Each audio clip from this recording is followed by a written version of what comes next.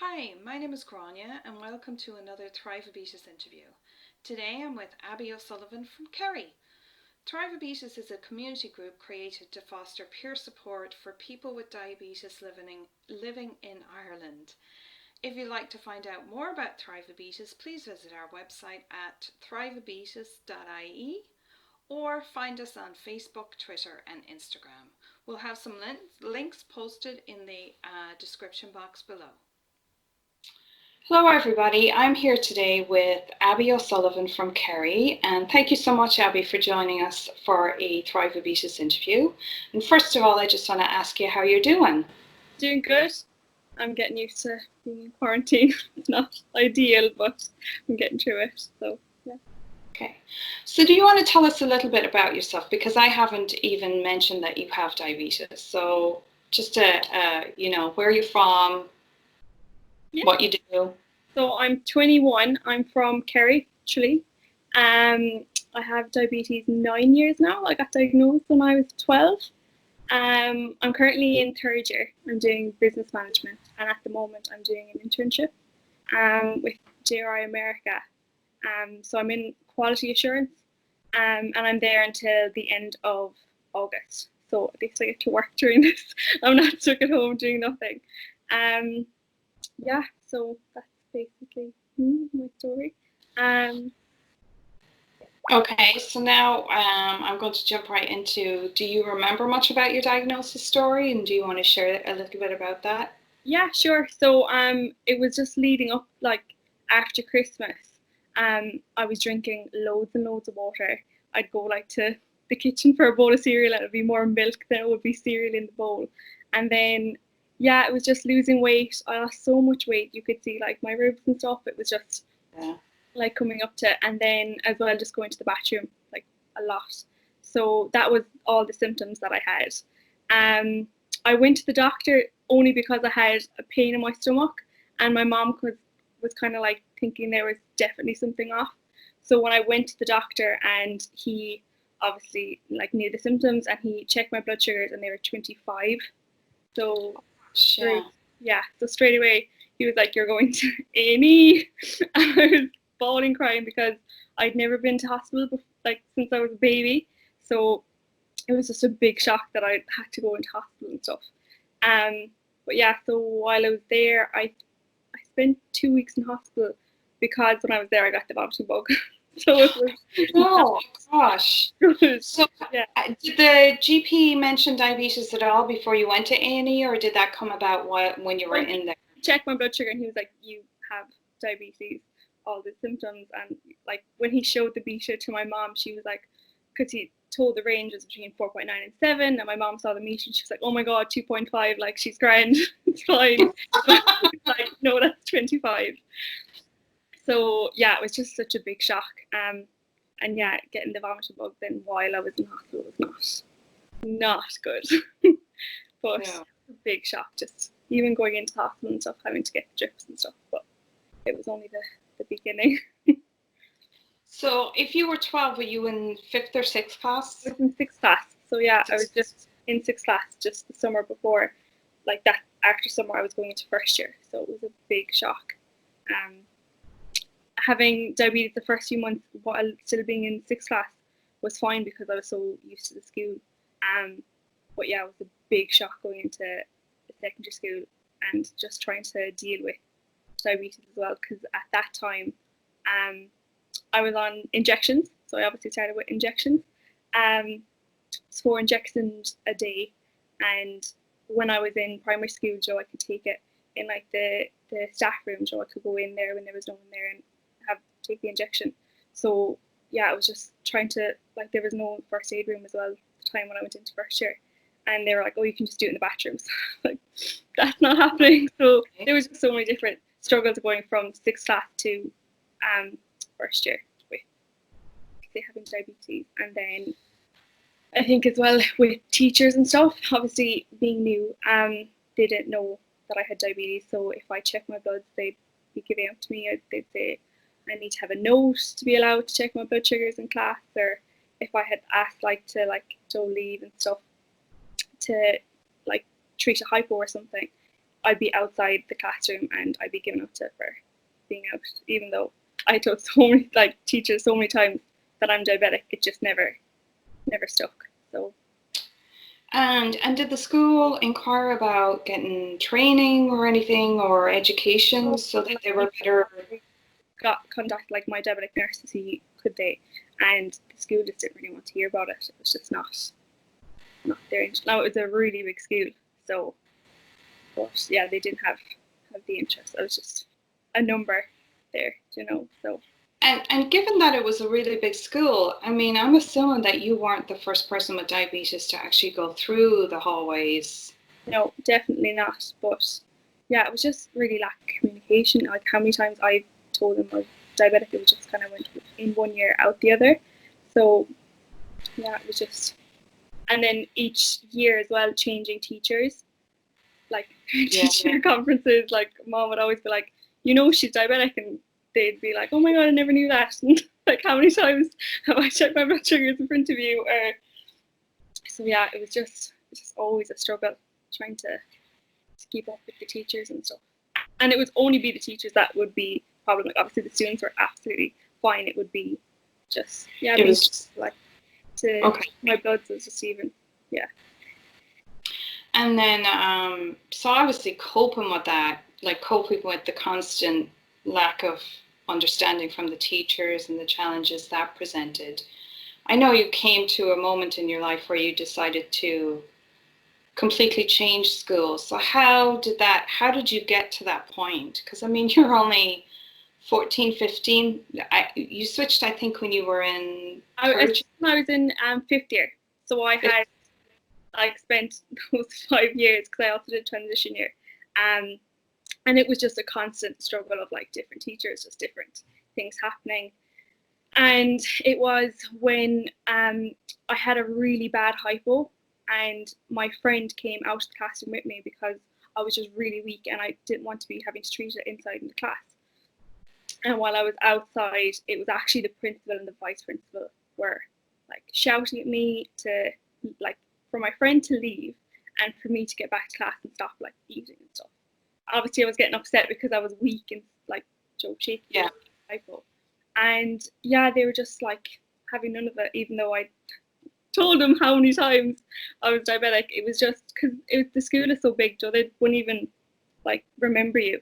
So yeah, after that happened, and it was just that same vice principal was saying for me to take my injections in the bathrooms, and it was just so ignorant, really. So yeah, after that happened, I just couldn't take it anymore. I was afraid if my bloods would know, because I knew I'd get in trouble.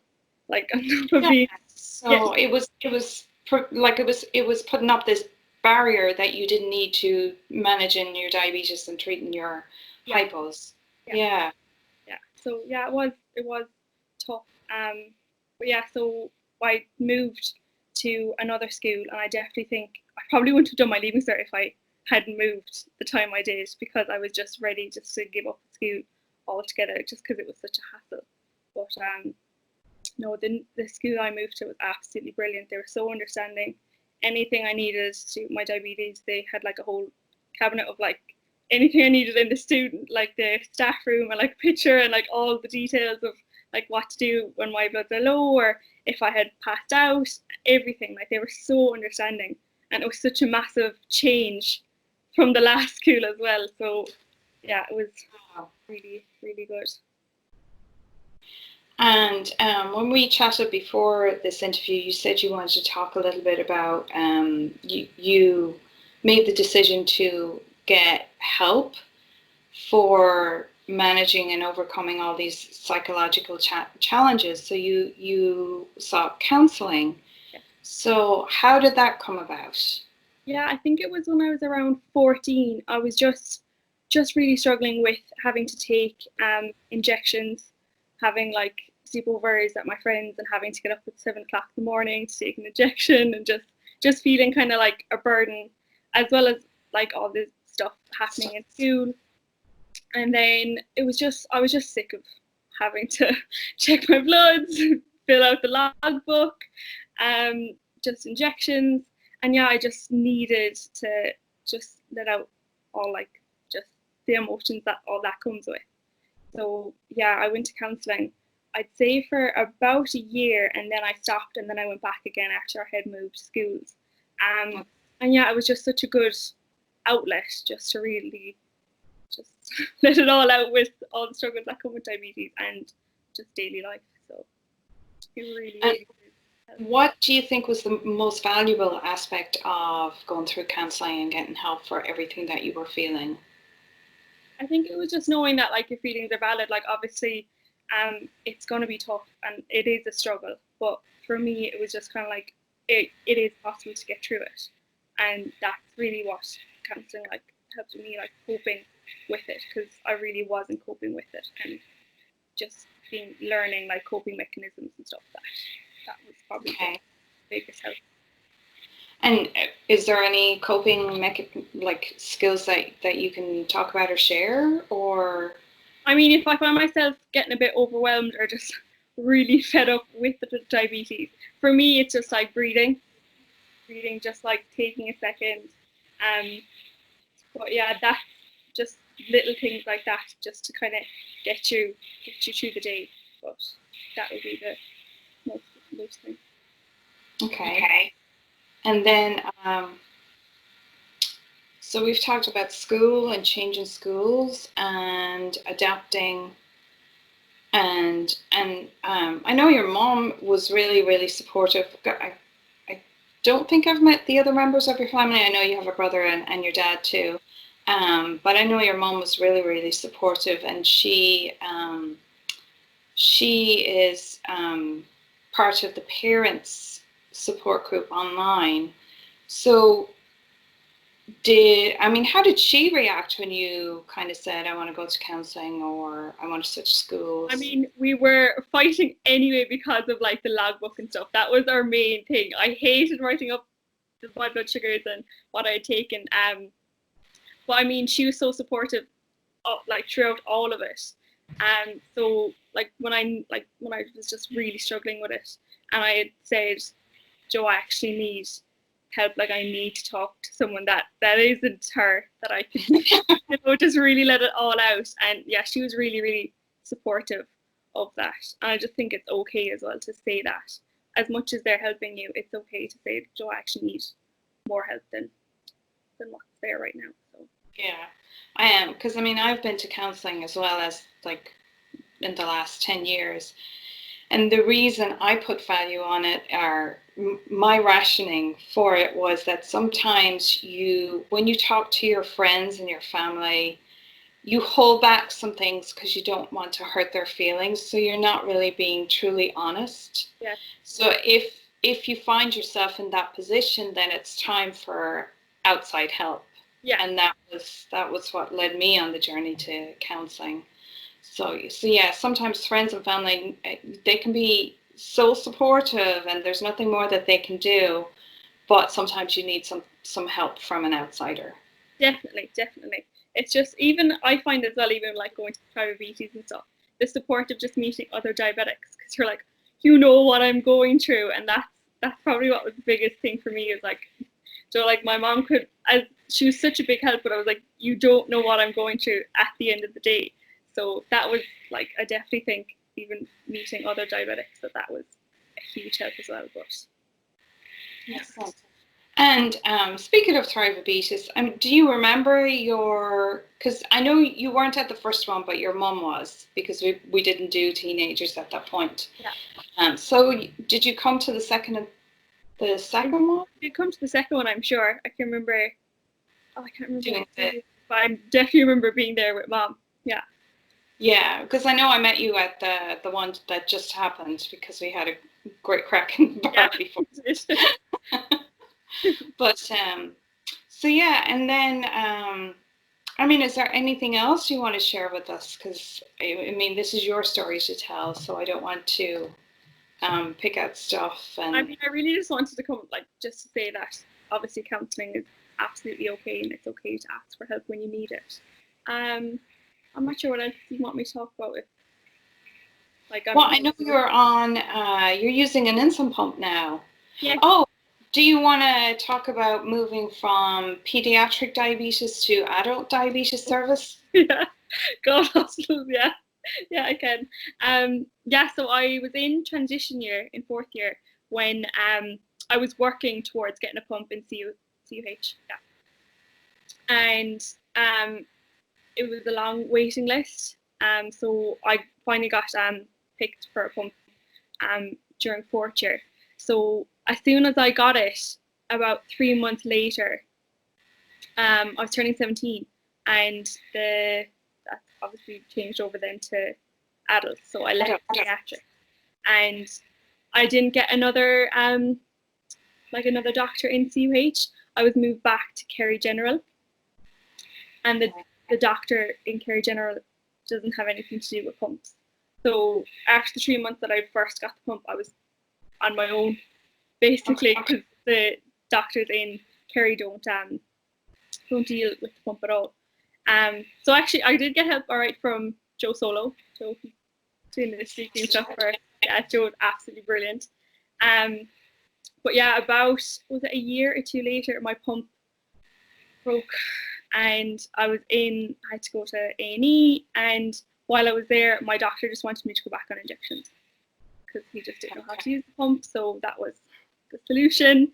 I obviously did not want to hear about going back on injections because I was on 4, and then I was on like Lantus and Nova Rapid, but I moved to Livermere and Nova Rapid, so I was on 5 a day, and then I went on the pump. So I did not want to hear about going back on injections because I was so sick of them.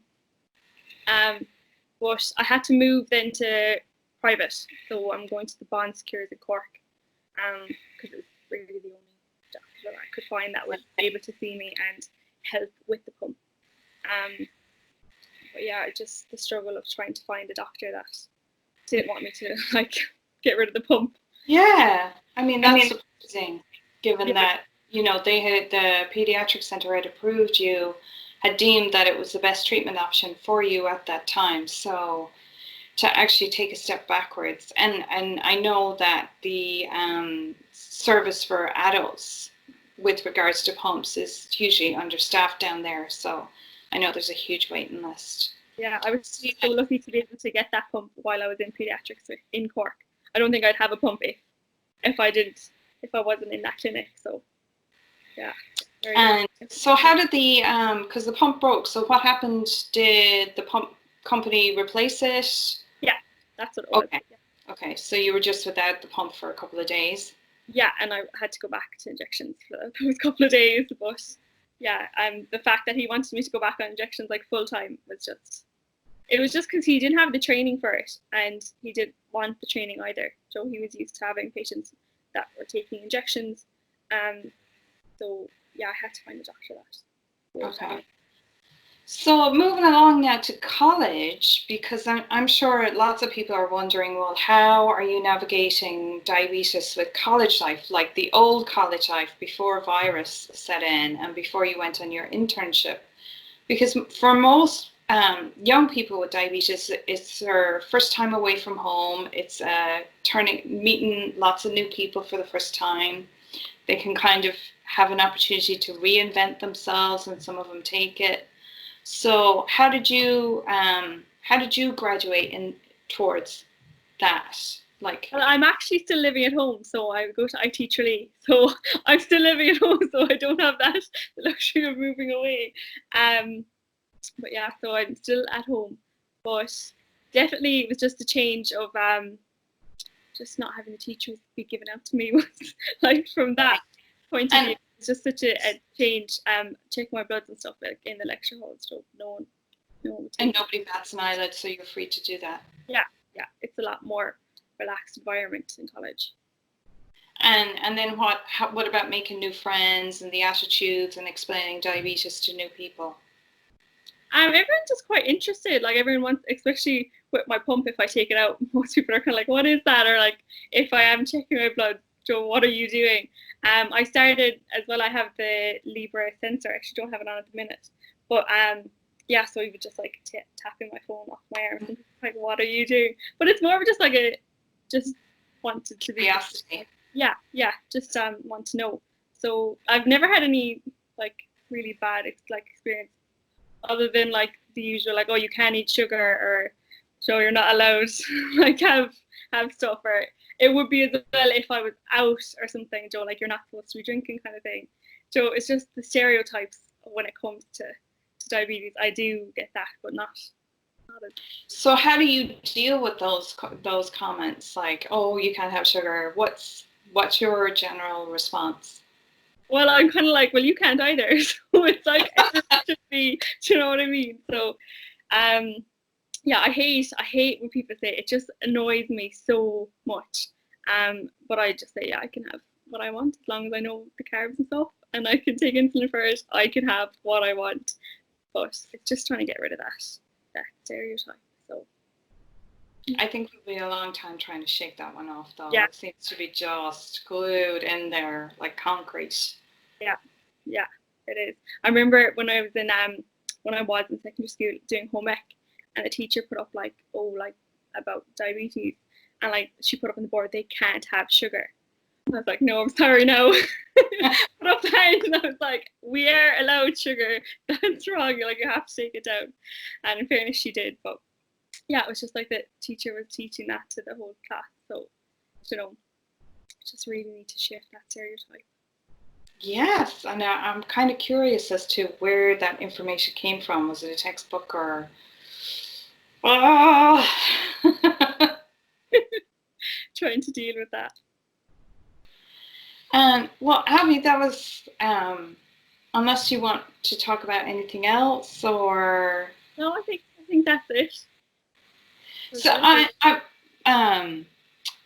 I will ask you though, like, because I'm sure there are teenagers with type 1 diabetes coming through the school system. And I know everybody's at home, you know, studying from home at the moment with coronavirus, but is there anything that you